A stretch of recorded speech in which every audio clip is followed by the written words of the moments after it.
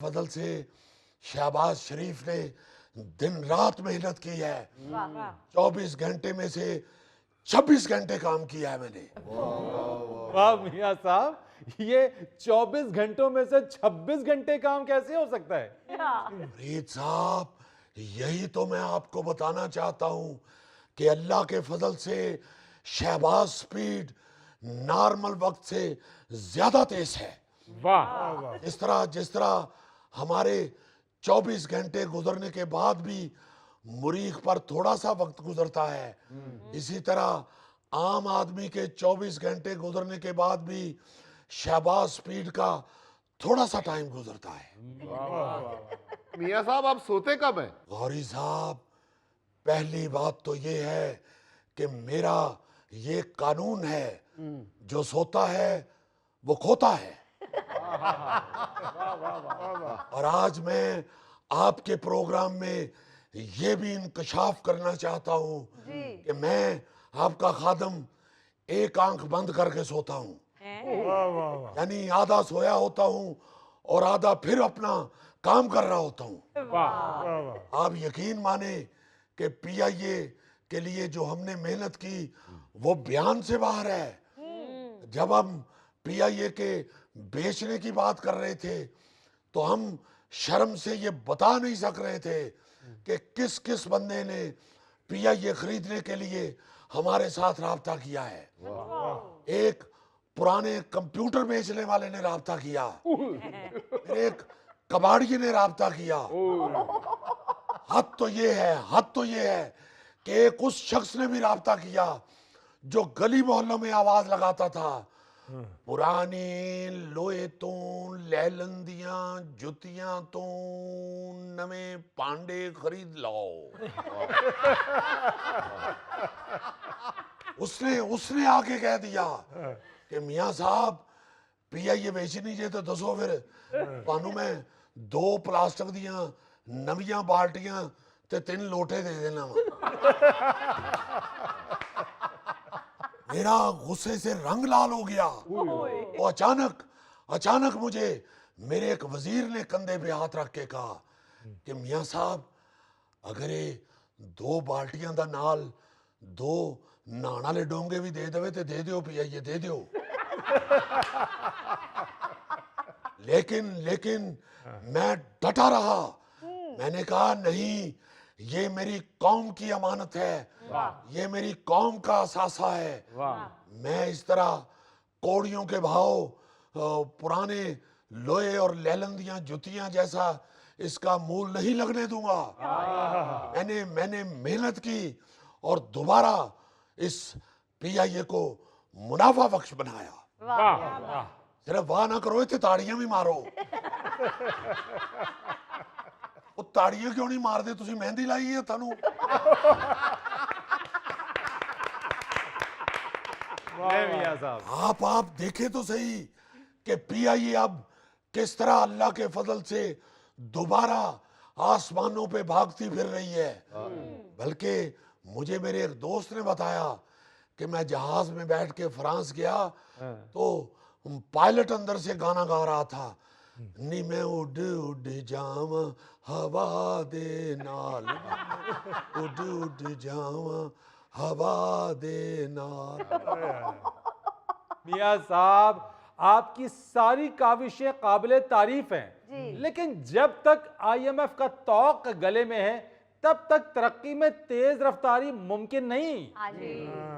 फरीद साहब, मैं माफी चाहता हूं, आप जैसे शहरी बाबू 10-12 दुआने खड़का के ते फिर चिट्टा ले जाते ने।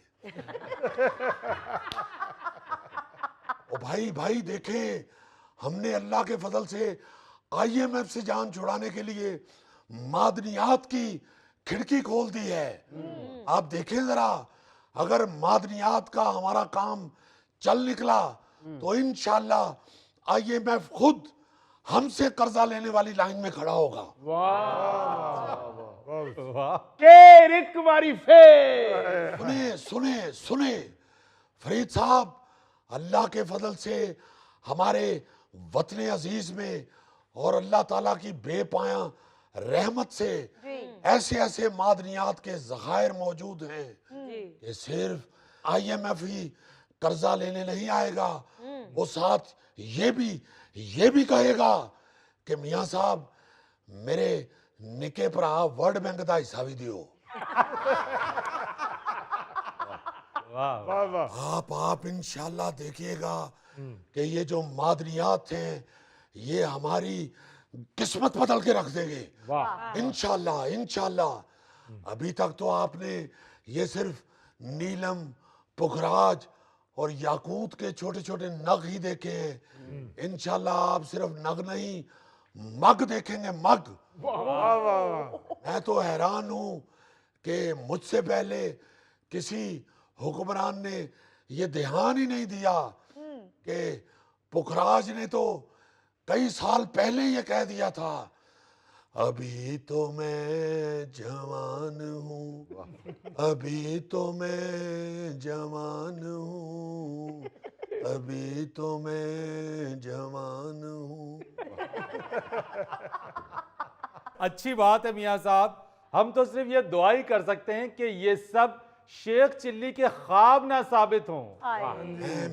मैं माफी चाहता हूँ फरीद साहब, ये ताडेर का डिस्पेंसर हमेशा मरीज ਨੂੰ गलत टीका ला के ते कह दिंदा इन्हू दूजे हस्पताल ले जाओ। फरीद साहब, ना हम शेख चिल्ली हैं, ना हम कौम को खुश करने के लिए उसमें चिल्ली मिल्ली तकसीम कर रहे हैं। हमने अल्लाह के फजल से पूरी वर्किंग करने के बाद ये सब कुछ अनाउंस किया है। वरना आप सोचिए जरा, जब हमने हुकूमत संभाली थी तो मुल्क का दिवालिया होने की बातें होती थी। आप यकीन मानिए, हुकूमत संभालने के बाद जब मैंने अवाम के खाने पीने के लिए किचन में जाके तलाशी ली, एक एक डब्बा झाड़ के देखा, कनस्तर झाड़ के देखे, किसी जगह से मुझे एक चम्मच मसाला या एक आटे का पेड़ा भी नहीं मिला। हमने उस वक्त हुकूमत संभाली थी जब हुकूमत का खुद अपना किचन सारा खाली हो चुका था।